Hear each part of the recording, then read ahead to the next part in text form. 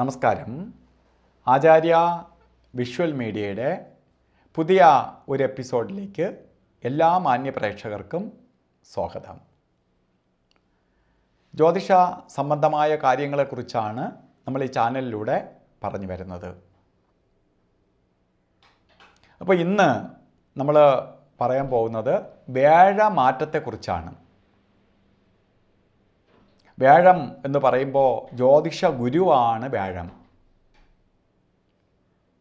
ഗുരുവിന് ദൈവത്തിന് മുകളിൽ സ്ഥാനമാണ്. ഗുരു ബ്രഹ്മ, ഗുരു വിഷ്ണു, ഗുരുദേവോ മഹേശ്വര, ഗുരു സാക്ഷാത് പരബ്രഹ്മം, തസ്മൈ ശ്രീ ഗുരുവേ നമ. അപ്പോൾ ഗുരു ബ്രഹ്മാവിനും ശിവനും വിഷ്ണുവിനും മുകളിലാണ്. ഗുരുവാണ് എല്ലാം. ഗുരു ബ്രഹ്മാവാണ്, ഗുരു വിഷ്ണുവാണ്, ഗുരു മഹാദേവനാണ്. അപ്പോൾ ആ ഗുരുവിനെ നമ്മൾ കൂടെ സ്നേഹത്തോടു കൂടി പ്രാർത്ഥിച്ച് കൊണ്ടുപോവുകയാണെങ്കിൽ ഗുരു നമുക്കെല്ലാം തരും. ആ ഗുരുവാണ് മാറാൻ പോകുന്നത്. രാശിചക്രത്തിൽ മാറിക്കൊണ്ടിരിക്കും. ഓരോ വർഷത്തിലും ഗുരുമാറ്റം സംഭവിച്ചുകൊണ്ടിരിക്കും. 12 വർഷം കൊണ്ട് 12 രാശിയും കംപ്ലീറ്റ് ചെയ്യും. ഇതിനെയാണ് നമ്മൾ വ്യാഴമാറ്റം, വ്യാഴവട്ടം എന്ന് പറയണേ. അപ്പോൾ വ്യാഴത്തിൻ്റെ മാറ്റം ചിലർക്ക് വളരെ ഗുണത്തെ കൊടുക്കും, ചിലർക്ക് ദോഷഭാവത്തെയും കൊടുക്കും. വ്യാഴം ഇപ്പോൾ ഇടവൻ രാശിയിൽ സ്ഥിതി ചെയ്യുകയാണ്. 2025 മെയ് മാസം 14-ാം തീയതി രാത്രി 10:30 കഴിയുമ്പോൾ വ്യാഴം മിഥുനത്തിലേക്ക് പ്രവേശിക്കും. 2026 ജൂൺ മാസം 1-ാം തീയതി വരെ വ്യാഴം മിഥുനത്തിൽ സ്ഥിതി ചെയ്യും. ഇതിനിടയ്ക്ക് വെച്ച് കർക്കിടകത്തിലേക്ക് ചെറിയൊരു സ്ഥാനമാറ്റം വരുമെങ്കിലും അത് പൂർവ്വഗതി ഫലത്തെ ചിന്തിച്ചാൽ മതി. അതായത് മിഥുനത്തിൻ്റെ ഫലത്തെ ചിന്തിച്ചാൽ മതി. ഇന്ന് നമ്മൾ ഓരോ രാശിക്കാർക്കും വ്യാഴമാറ്റം എങ്ങനെ എന്നാണ് നോക്കി വരുന്നത്. ഇന്ന് കന്നി രാശിക്കാർക്ക് വ്യാഴത്തിൻ്റെ മാറ്റം എങ്ങനെയാണ് എന്ന് നോക്കാം. കന്നി രാശിക്കാർക്ക്, കാരണം മിഥുന രാശിയിലേക്കാണ് വ്യാഴം മാറിയത്. കന്നി രാശിക്കാർക്ക് 10ലേക്കാണ് വ്യാഴം വന്നിരിക്കുന്നത്. കർമ്മസ്ഥാനത്ത് വ്യാഴം വന്നിരിക്കുകയാണ്. ഭഗവാൻ 10ൽ നിൽക്കുന്നത് കർമ്മസ്ഥാനത്താണ് നിൽക്കണേ.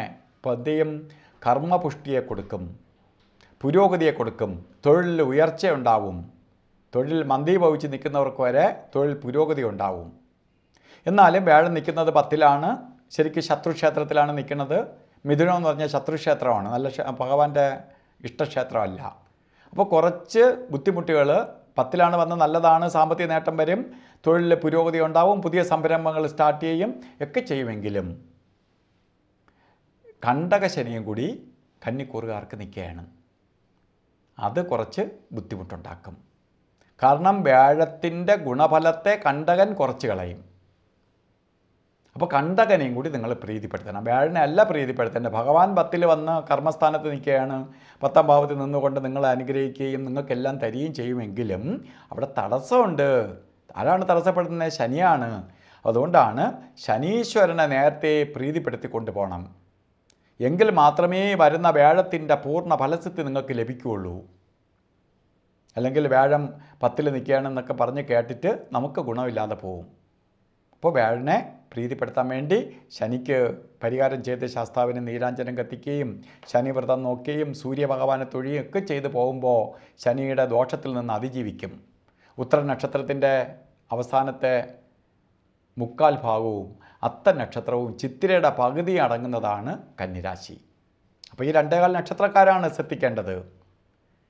ചിത്തിരയുടെ പകുതി ഭാഗം, അത്തം പൂർണ്ണമായിട്ടും, ഉത്തരത്തിൻ്റെ അവസാനത്തെ 40, ഉത്തരത്തിൽ 3/4 ഭാഗവും. അപ്പോൾ ഈ രാശിക്കാർക്ക് ഈ ഫലങ്ങളൊന്നും നല്ല ഗുണഫലങ്ങളാവാനും ശനിയുടെ ദോഷം ബാധിക്കാതിരിക്കാനും കന്നിരാശിക്കാർ പരിഹാരം ചെയ്ത് പൊയ്ക്കൊള്ളുക. ഈ ചാനൽ നിങ്ങൾക്ക് ഇഷ്ടപ്പെട്ടിട്ടുണ്ടെങ്കിൽ ഈ ചാനൽ ഷെയർ ചെയ്യുക, മറ്റുള്ളവർക്കും കൂടി ഗുണപ്രദമായി തീരട്ടെ. അതുപോലെ ചാനൽ സബ്സ്ക്രൈബ് ചെയ്തിട്ടില്ലെങ്കിൽ സബ്സ്ക്രൈബ് ചെയ്യുക. അതിനൊപ്പം ബെൽ ബട്ടണും കൂടി അമർത്തുക. കാരണം ഓരോ വീഡിയോകൾ നമ്മൾ ചെയ്യുന്നുണ്ട്. ഈ വീഡിയോ നമ്മൾ അഡ്വാൻസ് ചെയ്ത് ചെയ്യുകയാണ്. എല്ലാവരുടെയും ആവശ്യപ്രകാരം നമ്മൾ അഡ്വാൻസായിട്ട് ചെയ്യുന്നത് കൊണ്ട് അത് നിങ്ങളിലേക്ക് എത്തിക്കാൻ എളുപ്പം സഹായിക്കും. നിങ്ങൾ ചാനൽ സബ്സ്ക്രൈബ് ചെയ്യുകയും ബെൽ ബട്ടൺ അമർത്തുകയും ഷെയർ ചെയ്യുകയും ചെയ്യുക. അപ്പോൾ എല്ലാ പേർക്കും, പ്രത്യേകിച്ച് എല്ലാ കന്നിരാശിക്കാർക്കും നല്ലത് വരട്ടെ എന്ന് പ്രാർത്ഥിച്ചുകൊണ്ട് നിർത്തുന്നു. നന്ദി, നമസ്കാരം.